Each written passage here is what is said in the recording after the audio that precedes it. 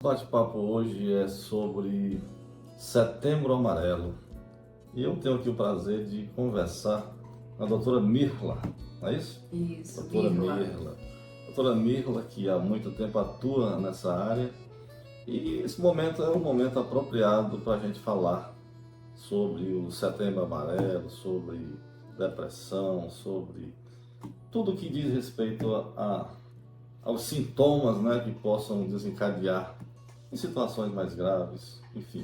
E o nosso bate-papo aqui é com o intuito de esclarecer, de levar informações para a população, que de certa forma a gente possa ser útil nesse nosso bate-papo. Doutora Mira, em primeiro lugar, é uma alegria, né, poder conversar com você. É um prazer. Já conheço a família, já tenho boas amizades. Uhum. E hoje o prazer de lhe conhecer e a gente poder fazer aqui esse bate-papo. Mas antes da gente entrar, digamos assim, no Setembro Amarelo, na psiquiatria, essa menina aqui desse nosso Crateus, como foi que despertou interesse pela psiquiatria? Olha, eu fiz faculdade de medicina na UFC, Sim? né? Fiz minha especialização pela Escola de Saúde Pública do Ceará, em residência em psiquiatria. Uhum. Eu terminei a faculdade de medicina, quando eu ingressei, eu queria ser oftalmologista. Só que tem um momento da faculdade que você vai ao serviço que você tem interesse e você passa um mês nesse serviço. E quando eu fui para oftalmologia, eu me decepcionei, vi que não era o que eu queria. E eu fiquei assim meio perdida e terminei a faculdade, comecei a dar plantão, trabalhar e de repente me veio esse interesse pela psiquiatria e aí eu segui o meu coração. Falei, por que você não tenta? Veio esse interesse e realmente eu me encontrei e exerço a minha profissão com muito amor, com muito prazer, com muita dedicação. Muito bem. E hoje, ao longo, passado esse tempo todo, você chega à conclusão que o coração estava certo? Nem escolher Coração, a psiquiatria estava certo? coração certíssimo. Certíssimo. Muito bem. Eu queria agradecer a oportunidade de estar Sim. aqui.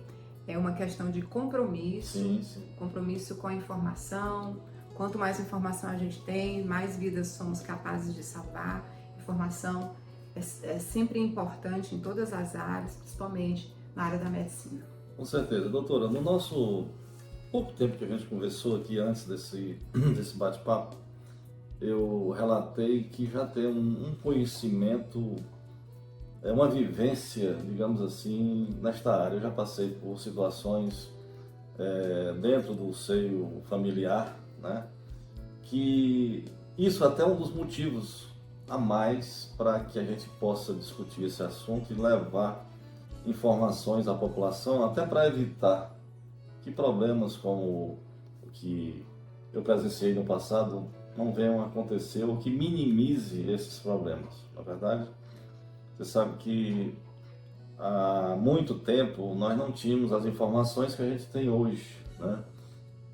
Eu pesquisando um pouco a história o próprio Setembro Amarelo aqui no Brasil, ele começou a ser difundido há muito pouco tempo, né?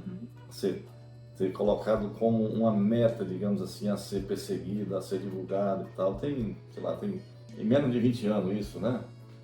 E a história do Setembro Amarelo, bom, acho que a gente poderia até começar falando como surgiu essa percepção dos órgãos de saúde a tratarem esse assunto com mais, digamos assim, mais simplicidade, ou seja, de uma linguagem mais acessível à população.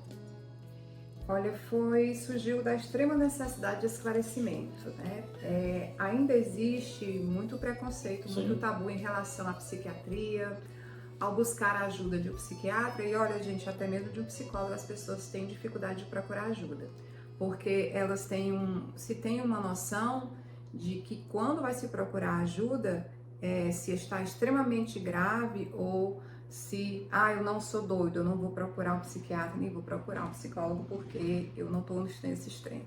Só que o que a gente está vendo é que quanto mais a gente dá atenção à saúde mental, menos chances a gente tem de ter um adoecimento mais grave. Ou seja, é ficar atento desde sempre como você vive e os sintomas iniciais que vão aparecendo e que podem despertar ou podem levar a sintomas mais graves, tá?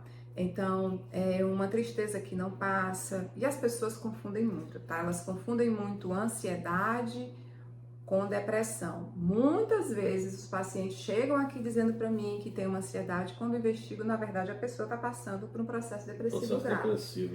E como é que é isso, né? Aquela tristeza persistente, diária, né? A pessoa começa a ter prejuízos na vida, prejuízos ao ponto de não conseguir exercer suas funções laborais, prejuízos ao ponto, às vezes, de não conseguir cuidar da sua higiene, ou seja, né, elas conseguem não ter energia nem para se cuidar.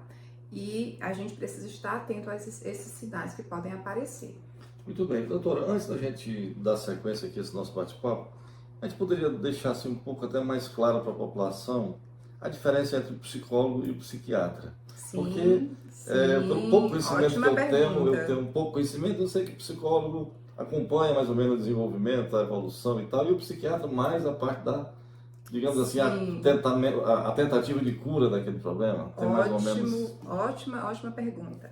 Bem, primeiramente, o psicólogo ele faz uma faculdade diferente que a faculdade de psicologia. Certo, o psiquiatra é um médico, né? Então, uma diferença importante. O psiquiatra, ele vai tratar a doença.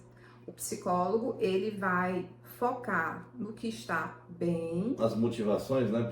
O emocional da pessoa, as experiências de vida, vai ter um conhecimento mais amplo da vida da pessoa, tá? E, geralmente, o psicólogo, a pessoa vai uma vez por semana, o psiquiatra uma vez por mês, uma vez a cada 2 meses.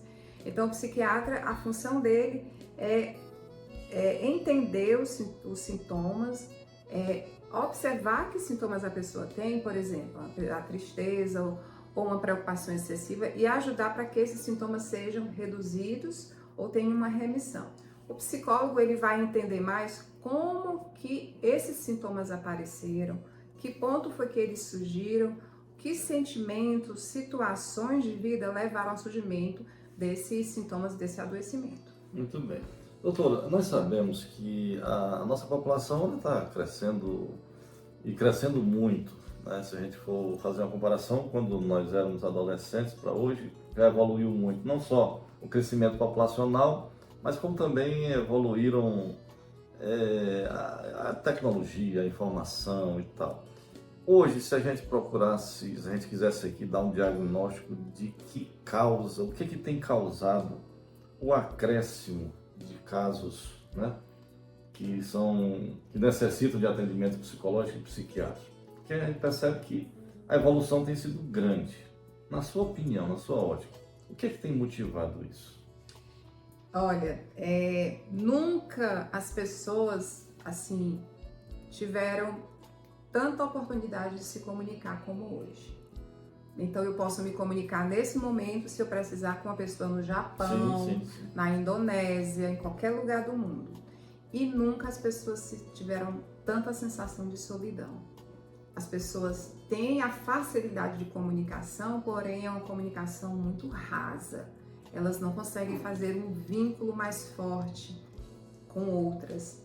E o sentimento de solidão está cada vez maior. É um dos motivos. Outro, a gente pode dizer que é como a nossa sociedade está cada vez mais exigindo, né? Uma sociedade de performance, sociedade do cansaço, né? Eu estou sempre ocupado ou cansado. Eu não tenho mais aquele tempo, né, em que eu vou ficar na ociosidade, descansando, sem ter muitas preocupações.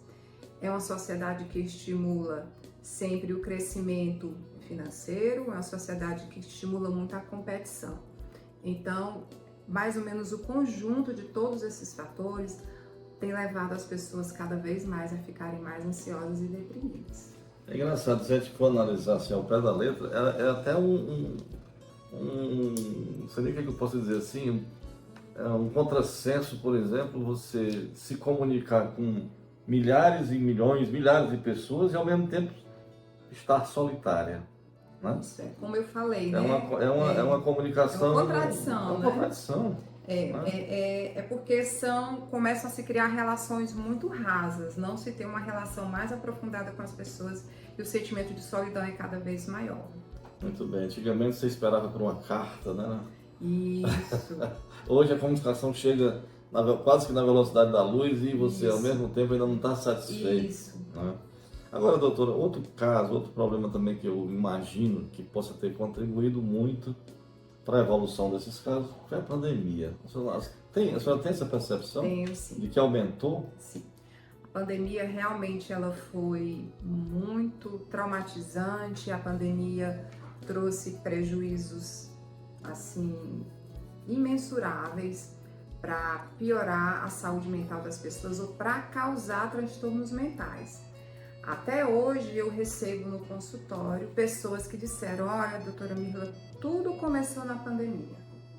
Tava bem, mas aí tudo começou na pandemia. E a gente já tem que levar em consideração que mesmo antes da pandemia, nós já víamos uma percepção de que a sociedade estava em adoecimento. Como eu falei, a sociedade acelerada, a sociedade de ter uma boa performance, sociedade da comparação, da competição. Então, a pandemia realmente foi só um fator agravante a mais para que a sociedade realmente adoecesse. E se a gente for analisar, baseado no que você acabou de falar, vamos lá, a pandemia isolou as pessoas dentro do seu habitat, dentro do seu recinto familiar, mas ela não as isolou essas pessoas da comunicação virtual. Então, o que a gente pode fazer, assim, um balanço, é de que a pandemia acelerou a comunicação visual, as amizades ficaram mais virtuais ainda, os relacionamentos mais virtuais ainda, e o resultado... Não é positivo. E as pessoas mais solitárias ainda. O resultado não é positivo. Incrível, né? Não tem ainda uma relação presencial, uma relação aprofundada do que a gente espera, porque nós somos seres sociáveis. O ser humano, ele nasceu para socializar, ele não nasceu para ficar isolado. Tanto é que uma das recomendações que eu faço no tratamento psiquiátrico é a pessoa tentar uma ressocialização quando ela tiver oportunidade, porque um dos sintomas mais comuns da depressão é o isolamento social. É aquela pessoa que ela vai ter uma dificuldade de estar entre outras pessoas, ela vai preferir ficar no canto dela isolada. É um sintoma, não é uma escolha. Não é escolha. Então, quando a pessoa começa a sair desse quadro, eu já oriento: olha, tem que socializar, você tem que sair um pouco desse, criar agora um movimento, já que você melhorou, de buscar estar com outras pessoas. E um dos objetivos do tratamento é a ressocialização. Certo. Um outro ponto que eu, assim, também que eu percebo, e eu acho que isso está bem visível, essa percepção, com relação às mídias sociais, das pessoas toda hora estão observando aquelas famosas, cada um querendo mostrar mais e mais aquilo que na realidade não é, certo? É uma aparência, é uma ficção, certo? E as pessoas não conseguem acompanhar aquela evolução. E eu acredito que isso possa trazer, aí vai começa a cobrança familiar, começa a pessoa se sentir inferior, porque não tem aquele produto de consumo do momento, e isso eu acredito que pode também contribuir para esses problemas, né? Vai desencadear numa situação que ela vai se fechar mais ainda e a depressão talvez comece a aflorar. Isso é seríssimo, tá? Isso é seríssimo. A questão da pessoa estar acessando a rede social e estar se comparando o tempo todo é realmente adoecedor. Agora você imagina isso em crianças e adolescentes, né? Acessando redes sociais. Então, nos congressos, eu tive num congresso agora em junho, e o mesmo congresso eu fui do ano passado em maio. Então, mais uma vez, nesse congresso, o que se vê é que a principal causa de adoecimento em crianças e adolescentes é o excesso de tempo. E nos adolescentes, principalmente, o uso de redes sociais. Então, já se está criando um consenso de que os adolescentes devem começar a ter redes sociais a partir da idade de 14, 15 anos, não tendo acesso à sua própria rede social, porque vão se deparar com situações em que eles não têm maturidade, nem uma maturidade de vida e nem uma maturidade cerebral para lidar com aquelas situações que são apresentadas nas redes sociais. Então isso já é um fato, já é estudo comprovado por estudos no mundo todo, o quanto que isso é sério, tá? E uma das recomendações que eu faço para os meus pacientes, e vejam, assim, eu não atendo muito criança e adolescente, mas os meus pacientes, a recomendação que eu faço é reduzir a rede social. Uma das partes do tratamento, eu coloco lá como dever de casa mesmo, redução à rede social, principalmente na hora de dormir, 2 horas antes de dormir, ficar sem contato. Eu não estou dizendo para ficar sem contato com o WhatsApp, mas sim, as redes sociais como TikTok, Instagram, reduzir faz parte do tratamento. Muito bem. Doutora, nós já fizemos assim, tipo uma explanação geral da situação, mas eu gostaria que, até para que esse nosso bate-papo possa realmente chegar lá na ponta, certo? Sim, e possa interessa. Exatamente, e possa contribuir de alguma certa forma. Vamos pegar aqui uma situação de uma pessoa, um familiar, uma pessoa qualquer que esteja nos acompanhando, que tem na família ou a própria pessoa comece a perceber algo diferente, tá? E a família, como é que pode observar a mudança de comportamento dessa pessoa? Quais seriam os primeiros passos para que essa pessoa seja ajudada? Ou que alguém da família possa ajudar? Olha, é buscar ajuda mesmo, tá? Não necessariamente você vai direto a um psiquiatra. Sim, sim. Você pode ir ao médico da família, o médico do posto de saúde mais próximo, você pode ir a um clínico, mas assim, evitar a automedicação. Evitar também a comparação, como por exemplo, que eu escuto demais, né? Eu não vou tomar remédio porque meu vizinho toma e o comportamento dele é assim e eu não quero ficar igual a ele. Não se comparar jamais. Cada caso é um caso e precisa ser avaliado por um profissional. Se você chegar num clínico, né, e ele perceber que é algo realmente de maior gravidade, é claro que ele vai encaminhar um psiquiatra. Outra situação importante é procurar um psicólogo, né? Sim. Psicólogo e psiquiatra trabalham juntos. Sim, eu realmente conto muito com o tratamento dos psicólogos para os meus pacientes. Então, procurar um psicólogo também ajuda muito, porque é um profissional que também vai identificar quando que esses sintomas estão graves e quando que eles precisam de um olhar especializado de um psiquiatra. Muito bem. A pessoa que está lá no interior, está lá na pé de serra, igual que eu nasci, por exemplo, certo? E o primeiro passo para essa pessoa seria chegar lá no posto de saúde, começar a relatar os problemas. Para o médico automaticamente clínico. Esse profissional, esse médico clínico vai designar essa pessoa para um local onde ela possa ter um atendimento melhor, ou seja, melhor não é melhor, é mais voltado para, se for o caso. Se for o né? caso. Não é verdade? Porque, olha só, eu vou dizer que 90% das pessoas que me procuram, elas têm uma ansiedade generalizada, elas têm uma depressão, tá? Que muitas vezes o clínico, do médico do posto, pode ajudar. Então, não necessariamente, quando você vai procurar essa ajuda, você já vai ser encaminhado ao psiquiatra. Sim. Depende do caso. A maioria das vezes é só a ansiedade que o médico do posto pode ajudar. Ou um psicólogo, através da terapia, vai poder ajudar também. Até também a gente tem que procurar massificar essa informação de que aquele estigma, né, de que eu não vou procurar um psiquiatra porque eu não estou, né, não estou perturbado da cabeça, digamos assim. Porque eu acho que a gente tem que começar a tirar essa visão um tanto quanto ultrapassada disso. Por quê? Por que eu estou falando isso? Porque hoje, pessoal, com a medicação, eu tenho relatos que eu já fiz aqui para ela de familiares no passado, que se tivesse o profissional, a oportunidade, a medicação, tantos fatos tristes até não teriam acontecido. Certeza. Então, é isso que a gente está tentando falar aqui, tentando mostrar para a população, é que se o mais rápido possível essa pessoa buscar um atendimento, pode começar lá no posto de saúde da comunidade. Pode sim. Porque esse profissional lá já vai dar os encaminhamentos.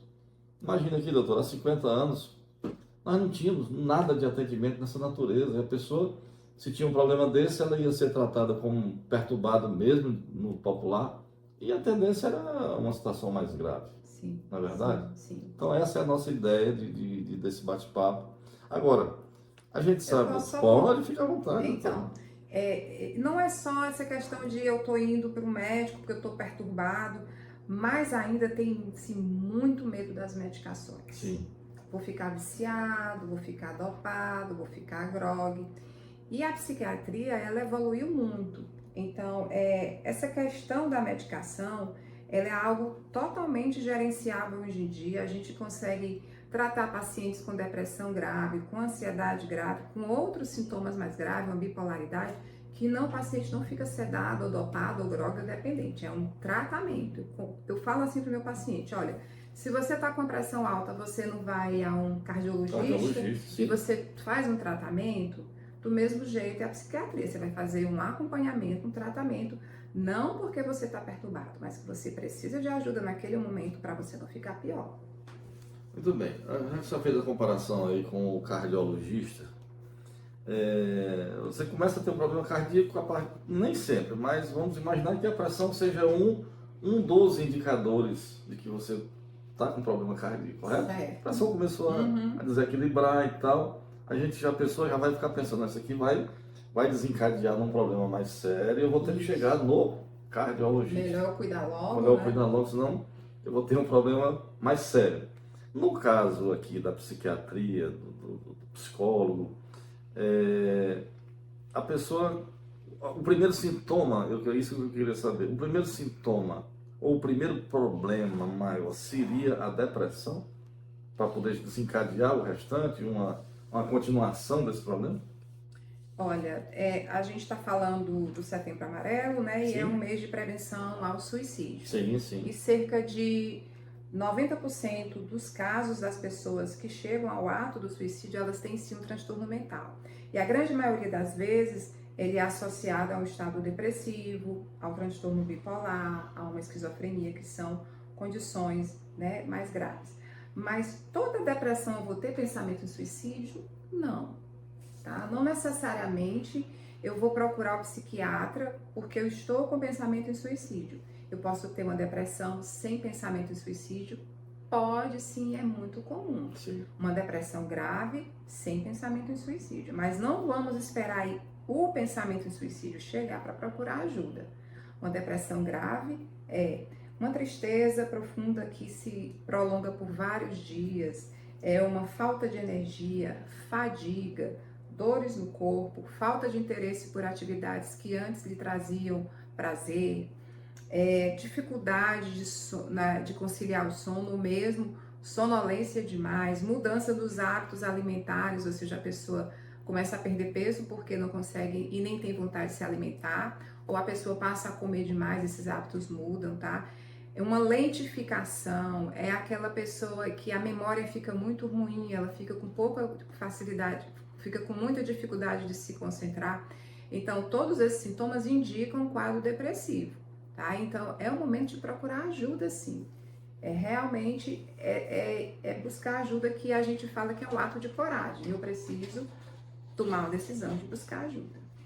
Muito bem. A depressão, de acordo com os pacientes que você recebe no seu consultório, a depressão, ela pode ser resolvido o problema, pode ser eliminado, digamos assim, a depressão de uma pessoa sem medicação, apenas com mudanças de hábito, com conversa, ou com, sei lá, vai ao profissional, vai ao seu consultório, ou a outro consultório, a outro psiquiatra qualquer, ele pode tirar, digamos assim, falando aqui bem no popular, tirar a depressão dessa pessoa sem medicação, apenas com conversa.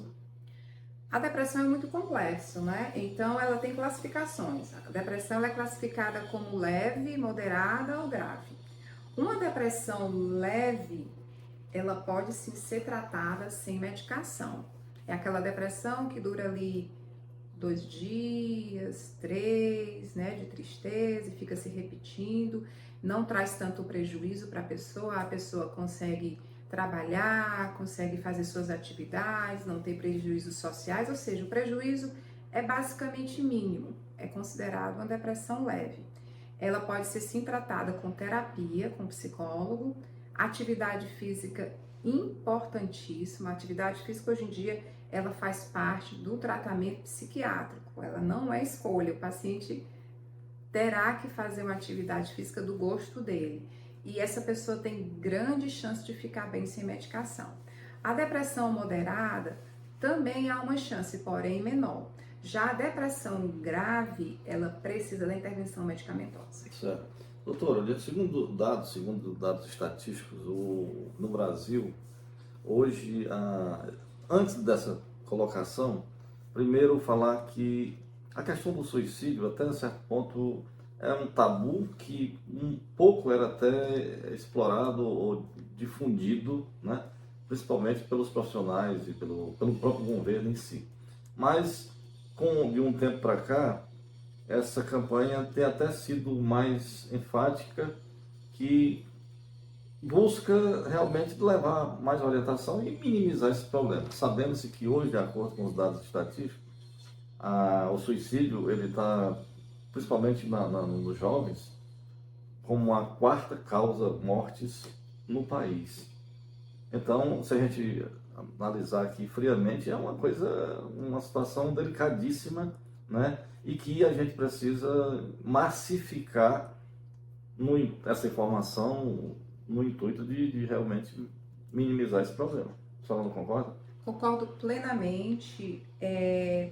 Ainda se tem muito preconceito e isso eu vejo na prática do consultório, pacientes graves que chegam para mim e que eu tenho que perguntar diretamente se a pessoa tem o pensamento em suicídio, porque a pessoa não quer nem falar esse nome. É verdade. Ela evita, né? Então, como eu falei, nem toda depressão vai ter